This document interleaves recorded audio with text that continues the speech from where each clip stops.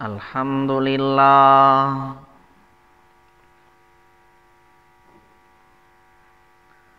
الحمدللہ وحدہ والصلاة والسلام علی من جاء بالبینات الواضحہ والحجج الراجحہ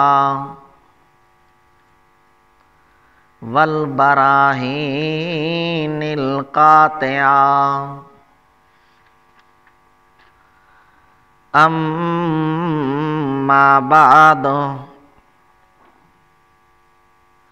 فاعوذ باللہ من الشیطان الرجیم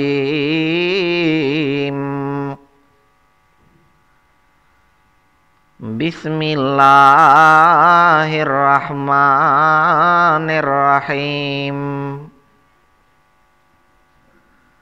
قل ان کنتم تحبون اللہ فاتبعونی یحببکم اللہ ویغفر لکم ذنوبکم واللہ غفور رحیم سبحان ربک رب العزت عما یصفون وسلام علی المرسلین والحمد للہ رب العالمین۔ درود شریف۔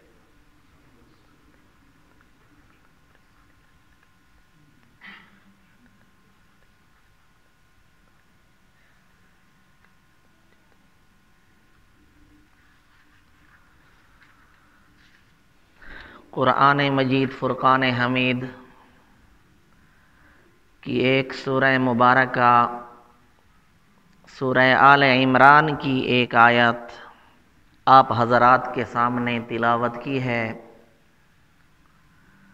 دعا فرمائیں خالق کائنات مجھے اس کا صحیح مفہوم بیان کرنے اور ہم سب کو مل کر عمل کرنے کی توفیق عطا فرمائیں۔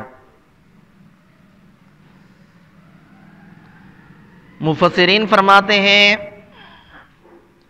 کہ یہ آیت تب نازل ہوئی جب یہود و نصارہ نے ایک دعویٰ کیا۔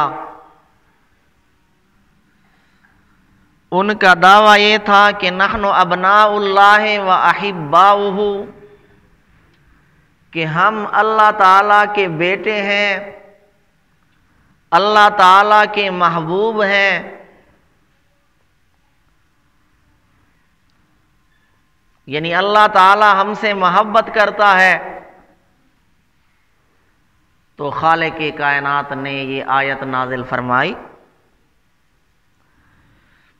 کہ اگر تم اللہ تعالیٰ کے محبوب بننا چاہتے ہو تو اس کے لیے شرط ہے رسول اللہ صلی اللہ علیہ وسلم کی اتباع۔ آپ صلی اللہ علیہ وسلم کی زبان نبوت سے اعلان کرایا گیا، قل، آپ فرما دیجئے، ان کنتم تحبون اللہ، کہ اگر تم محبت کرتے ہو اللہ تعالیٰ سے، فاتبعونی، پس تم میری اتباع کرو، یحببکم اللہ، اللہ تعالیٰ تم سے محبت کرے گا، وَيَغْفِرْ لَكُمْ ذُنُوبَكُمْ، اور تمہارے گناہوں کو بخش دے گا، واللہ غفور الرحیم، اور اللہ تعالیٰ بہت زیادہ بخشنے والا، بہت زیادہ رحم کرنے والا ہے۔ تو اگر تم اللہ تعالیٰ کا محبوب بننا چاہتے ہو تو فاتبعونی، میری اتباع کرو،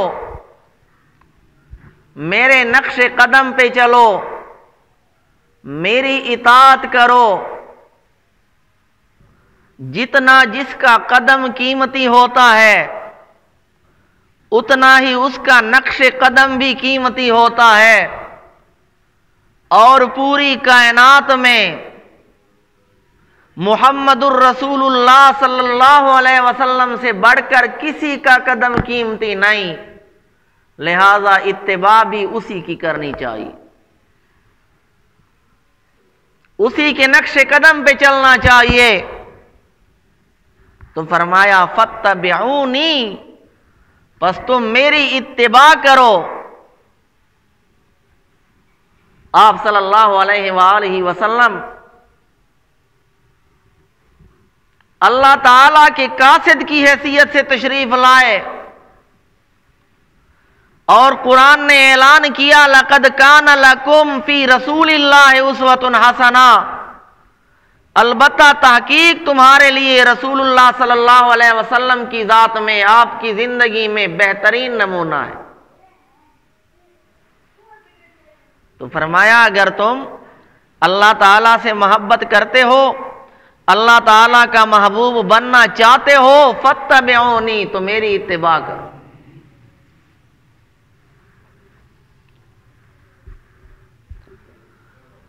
تب محبت کا دعویٰ صحیح ہوگا، تب تمہاری محبت اللہ تعالیٰ کی بارگاہ میں مقبول ہوگی۔ اور اگر آپ صلی اللہ علیہ وسلم کی اتباع کے بغیر ہے تو یہ محبت مقبول نہیں، مردود ہے، یہ اللہ تعالیٰ کے ہاں قبول نہیں ہے۔ اسی طرح ہر عمل اگر آپ صلی اللہ علیہ وسلم کی اتباع کے بغیر ہے وہ اللہ تعالیٰ کے ہاں قبول قطعا نہیں۔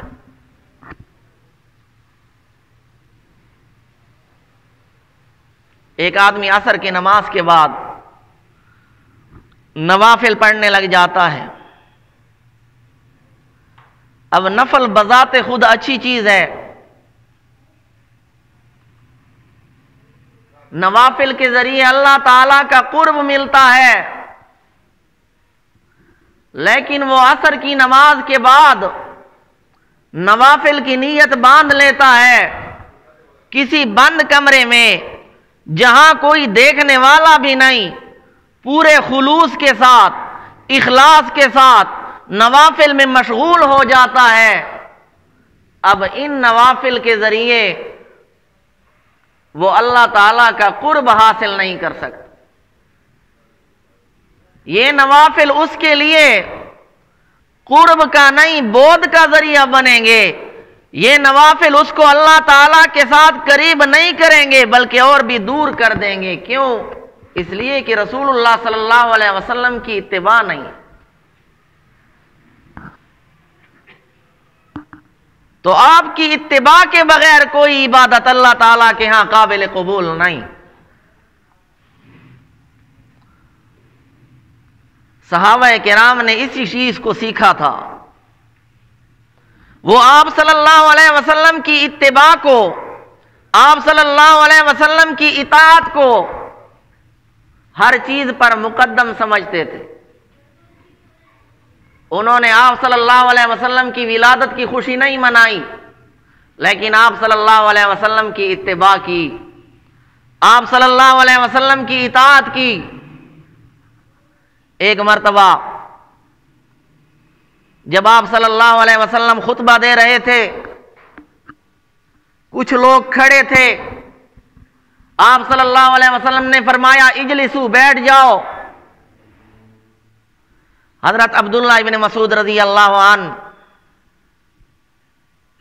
جن کے بارے میں محدث کبیر ملا علی قاری رحمت اللہ علیہ نے لکھا افضل الصحابۃ بعد الخلفاء الراشدین، عبداللہ ابن مسعود خلفاء راشدین کے بعد تمام صحابہ میں افضل عبداللہ ابن مسعود ہے رضی اللہ عنہ۔ وہ اس وقت تشریف لا رہے تھے، مسجد میں داخل ہو رہے تھے، جب آپ صلی اللہ علیہ وسلم کا فرمان سنا، آپ صلی اللہ علیہ وسلم کے الفاظ اس کے کانوں میں پڑے، وہاں جوتوں میں ہی بیٹھ گئے۔ حالانکہ آپ صلی اللہ علیہ وسلم کا خطاب ان سے تھا جو مسجد میں کھڑے تھے، آپ نے ان سے فرمایا بیٹھ جاؤ، لیکن جیسے ہی یہ الفاظ حضرت عبداللہ بن مسعود کے کانوں میں پڑے وہ وہاں بیٹھ گئے۔ اسے کہتے ہیں اطاعت، اسے کہتے ہیں اتباع، کوئی تعویل نہیں، کوئی اگر مگر چونکہ چنانچہ نہیں، جیسے ہی الفاظ کانوں میں آتے ہیں وہاں بیٹھ جاتے ہیں۔ آپ صلی اللہ علیہ وسلم نے جب عبداللہ بن مسعود کو دیکھا تو ان کو اندر بلایا، کیونکہ آپ صلی اللہ علیہ وسلم کا فرمان ان کے لیے تھا جو مسجد میں کھڑے تھے، لیکن حضرت عبداللہ بن مسعود رضی اللہ عنہ کی اتباع کو دیکھیں، ان کی اطاعت کو دیکھیں کہ جب آپ صلی اللہ علیہ وسلم کے الفاظ ان کی کانوں میں آتے ہیں تو فوراً بیٹھ جاتے ہیں۔ تو اتباع ہی مقصود ہے۔ آپ صلی اللہ علیہ وسلم کی اطاعت مقصود ہے، اور یہی چیز صحابہ کرام کے اندر پائی جاتی تھی۔ حضرت حذیفہ بن یمان رضی اللہ عنہ جب کھانا کھا رہے تھے، ایک لقمہ، ایک نوالا نیچے گرا تو وہ اٹھا کر صاف کر کے کھانے لگے۔ کسی نے اشارے سے روکا کہ لوگ کیا کہیں گے کہ مسلمان اتنے بھوکے ہیں کہ زمین سے اٹھا اٹھا کے لقمے کھا رہے ہیں، اس لیے یہ کام آپ نہ کریں۔ تو انہوں نے بڑا خوبصورت جواب دیا، فرمایا اترک سنت حبیبی لہؤلاء الحمقاء، کیا ان بے وقوفوں کے لیے میں اپنے محبوب کی سنت چھوڑ دوں، اپنے محبوب کا طریقہ چھوڑ دوں؟ ایسا نہیں ہو سکتا۔ تو فرمایا فاتبعونی، اگر تم اللہ سے محبت کرتے ہو، اپنے دعوے میں سچے ہو، تو فاتبعونی، میری اتباع کرو، میری اطاعت کرو۔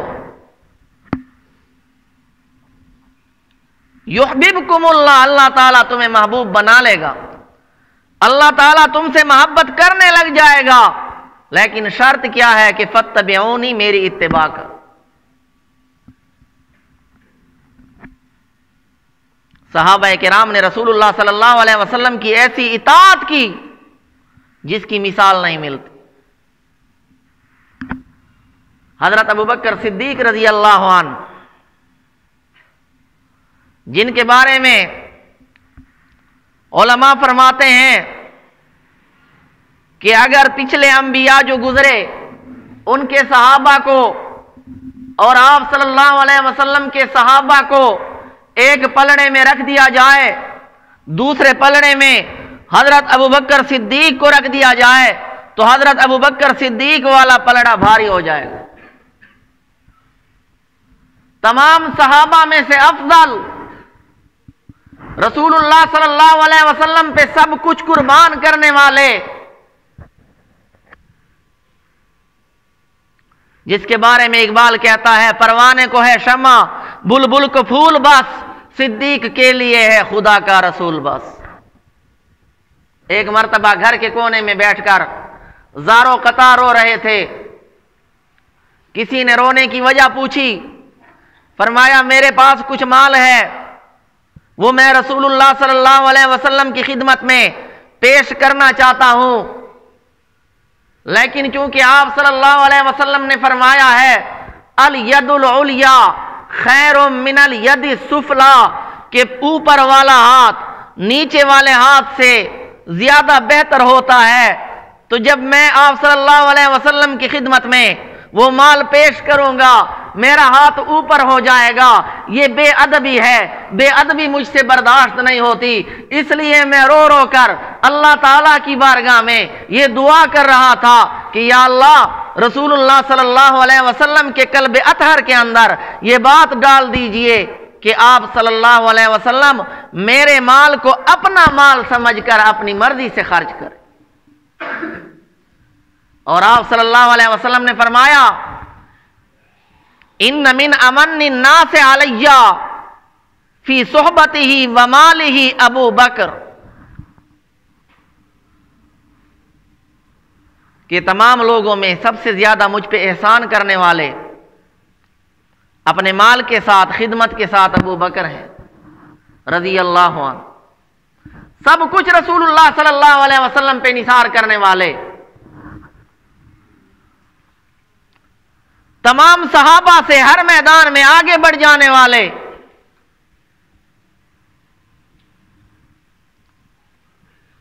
انہوں نے رسول اللہ صلی اللہ علیہ وسلم کی اتباع کی۔ لیکن اگر عشق اور محبت کے لیے ضروری ہو کہ کسی کا برتھ ڈے منایا جائے، کسی کی پیدائش کا دن منایا جائے، تو حضرت ابوبکر صدیق رضی اللہ عنہ سے آپ ثابت نہیں کر سکتے۔ لہذا اسی کو معیار نہ بناؤ کہ یہ چونکہ میلاد نہیں مناتے، جشن میلاد نہیں مناتے، لہذا ان کے دلوں میں محبت نہیں، ان کے دل محبت سے خالی ہیں۔ ہم ایسے ثبوت پیش کریں گے جن کی محبت کو، جن کے عشق کو آپ بھی تسلیم کرتے ہیں، لیکن ان سے محبوب کا میلاد ثابت نہیں کر سکتے۔ عشق مجازی میں دیکھو، مجنوں کی محبت لیلا کے ساتھ بطور مثال پیش کی جاتی ہے۔ مجنوں کے دل میں کس قدر محبت تھی لیلا کی، لیکن کوئی یہ ثابت کر سکتا ہے کہ مجنوں نے کبھی لیلا کی پیدائش کا دن منایا؟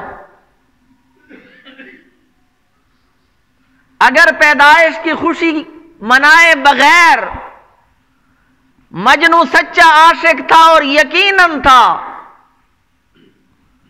تو پھر ہم اگر میلاد نہ منائیں تو ہم پہ فتویٰ کیسے لگایا جاتا ہے کہ ان کے دلوں میں محبت نہیں، ان کے دل عشق رسول سے، محبت رسول سے خالی؟ خود آپ صلی اللہ علیہ وسلم نے 13 سالہ مکی زندگی گزاری، 10 سال آپ صلی اللہ علیہ وسلم نے مدینے میں گزارے۔ جب آپ ہجرت کر کے مدینہ منورہ تشریف لے گئے، آپ صلی اللہ علیہ وسلم نے کسی نبی کی ولادت کا دن منایا ہو، کوئی ثابت کرے؟ آپ صلی اللہ علیہ وسلم کو حضرت ابراہیم علیہ السلام سے کس قدر محبت تھی، خود آپ صلی اللہ علیہ وسلم دعائے ابراہیمی بن کر تشریف لائے، لیکن کوئی ثابت نہیں کر سکتا کہ آپ صلی اللہ علیہ وسلم نے حضرت ابراہیم علیہ السلام کی ولادت کا دن منایا ہو۔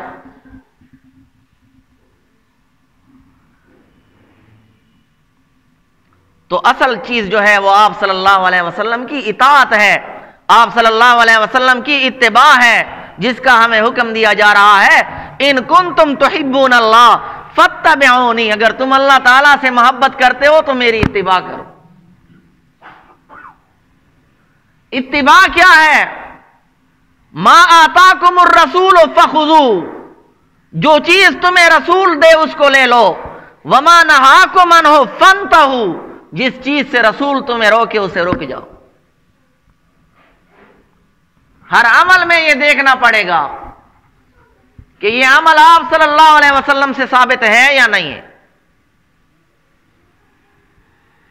سب سے زیادہ آپ صلی اللہ علیہ وسلم کی اتباع کرنے والے، اطاعت کرنے والے آپ کے صحابہ، دیکھنا پڑے گا یہ عمل جس کو میں ثواب سمجھ کے کر رہا ہوں آپ صلی اللہ علیہ وسلم کے صحابہ سے ثابت ہے یا نہیں، خلفائے راشدین سے ثابت ہے یا نہیں۔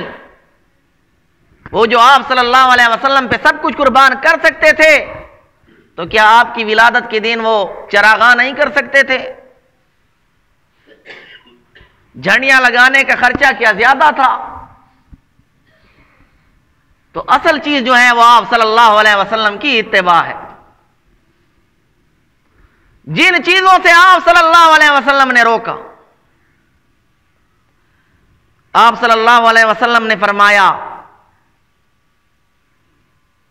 داڑیاں بڑھاؤ، مونچھیں کٹواؤ۔ اب آپ صلی اللہ علیہ وسلم کی اطاعت کی جائے، آپ صلی اللہ علیہ وسلم کی اتباع کی جائے، لیکن حالت یہ ہوتی ہے کہ سارے داڑھی منڈے آپ صلی اللہ علیہ وسلم کے فرامین کی دھجیاں اڑاتے ہوئے جلوس میں شامل ہوتے ہیں۔ جن چیزوں سے آپ صلی اللہ علیہ وسلم نے روکا ہے، جس کے بارے میں قرآن فرما رہا ہے مَا نَهَاكُمْ عَنْهُ فَانْتَهُوا، جس چیز سے تمہیں پیغمبر روکے اسے رک جاؤ، ان تمام کاموں کا ارتکاب ہو رہا ہے۔ آپ نے دیکھا ہوگا میلاد کے جلوسوں میں گانا بجانے سے رسول اللہ صلی اللہ علیہ وسلم نے روکا ہے۔ یہ گناہ کبیرہ ہے۔ روایات میں ہے کہ اس سے لطف اندوز ہونا کفر ہے، اور موسیقی کے ساتھ آپ صلی اللہ علیہ وسلم کی ولادت کی خوشیاں منائی جا رہی ہیں۔ حدود سے تجاوز ہو رہا ہے۔ چند روز قبل کی ویڈیو آپ نے دیکھی ہوگی ملتان کی، کہ محفل میلاد میں، میلاد کے جلوس میں انہوں نے ایک عورت کو تخت پہ بٹھایا۔ وہ عورت اچھی طرح بن کر، سج کر، بناؤ سنگار کر کے اسٹیج پہ بیٹھی ہے، اور جو لوفر قسم کے نوجوان ہیں وہ خوب بد نظری کا ارتکاب کر رہے ہیں، اور ساتھ ساتھ یہ نعتیں پڑھتے جا رہے ہیں کہ سونا محبوب آ گیا۔ تو یہ کیا ہے؟ کیا یہ اسلام کے ساتھ مذاق نہیں؟ اس لیے تو ہم ان چیزوں سے روکتے ہیں۔ پھر فتوے لگائے جاتے ہیں۔ اب کہاں گئے فتوے لگانے والے جو معمولی باتوں پر گستاخ رسول ہونے کا فتویٰ لگاتے ہیں؟ ان کے خلاف ان کے فتوے میدان میں کیوں نہیں آتا؟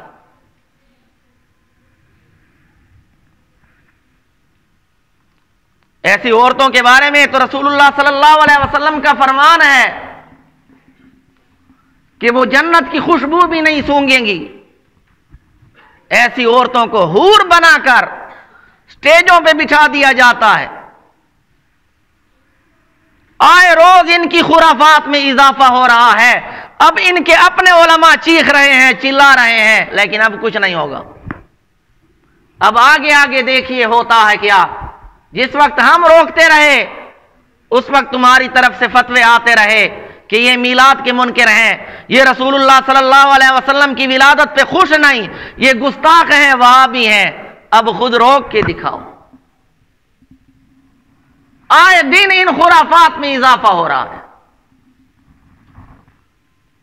اور یہ کیوں ہو رہا ہے؟ اس لیے کہ یہ لوگ ان کا دفاع کرتے رہے، یہ ان کو دلائل فراہم کرتے رہے قرآن و حدیث میں تحریف کر کے۔ اب یہ خود روکنا بھی چاہتے ہیں تو روک نہیں سکتے۔ اور آگے دیکھیے ہوتا ہے کیا۔ ممکن ہے کہ چند سالوں میں، ویسے انہوں نے روضہ رسول اور خانہ کعبہ کی تو شبیہ بنا کر ان کی تو توہین کر ڈالی، ممکن ہے کہ کئی سالوں تک وہ کسی انسان کو رسول اللہ صلی اللہ علیہ وسلم کی صورت میں بھی سٹیج پہ بٹھا دیں، کیونکہ ان سے ہر توقع کی جا سکتی ہے۔ ان کے تمام افعال اعمال جو ہیں وہ ہندوؤں والے ہیں۔ اب انہوں نے حوروں کو جنت سے لا کر سٹیجوں پہ بٹھا دیا ہے، تو پتہ نہیں آگے کیا کچھ کریں گے۔ تو اصل جو چیز ہے وہ آپ صلی اللہ علیہ وسلم کی اتباع ہے۔ صحابہ کرام نے آپ کی اتباع کی تو آپ نے فرمایا اصحابی کن نجوم بأیہم اقتدیتم اہتدیتم، میرے صحابہ ستاروں کی مانند ہیں، ان میں سے جن کی اتباع کرو گے ہدایت پا جاؤ۔ پھر کہتے ہیں جی یہ نعتوں کو نہیں مانتے، یہ نعتوں کے منکر ہیں۔ ہم نعتوں کے منکر نہیں، ہمارے جلسوں میں بھی نعتیں پڑھی جاتی ہیں، نعت خوان حضرات شرکت کرتے رہتے ہیں، لیکن اس کے لیے کچھ شرطیں ہیں جن کا لحاظ رکھا جائے، جو خود صوفیاء حضرات بیان فرماتے ہیں۔ پہلی شرط یہ ہے کہ سننے والا اہل ہوا نہ ہو، وہ عشق مجازی میں گرفتار نہ ہو، ورنہ وہ تذکرہ رسول اللہ کا سنے گا اور اپنے محبوب کا تصور کرے گا۔ جس طرح وہ سونا آ گیا کی نعتیں پڑھ رہے تھے اور اس عورت کو دیکھتے ہوئے بدنظری کا ارتکاب بھی کر رہے تھے، حالانکہ وہ نعت تو رسول اللہ صلی اللہ علیہ وسلم کے بارے میں تھی۔ دوسری شرط یہ ہے کہ اشعار کا مضمون خلاف شریعت نہ ہو۔ تیسری شرط یہ ہے کہ پڑھنے والی عورت نہ ہو، کیونکہ عورت کی آواز پہ بھی پردہ ہے، اور یہ عورت کو حور بنا کر سٹیج پہ بٹھا کر مذہب کے نام پہ، اسلام کے نام پہ یہ کیا دھبے لگائے جا رہے ہیں۔ حکومت وقت کو چاہیے کہ ان کو کنٹرول کرے۔ تو یہ شرائط پائی جائیں تو پھر نعتیہ کلام کا کوئی بھی مخالف نہیں۔ ہمارے جلسوں میں بھی، ہمارے محافل میں بھی نعتیہ کلام پیش ہوتا رہتا ہے، لیکن ان شرائط کا لحاظ رکھا جائے۔ ٹائم ختم ہو چکا ہے۔ خالق کائنات سے دعا ہے جو کچھ کہا سنا اس پہ عمل کرنے کی توفیق عطا فرمائے۔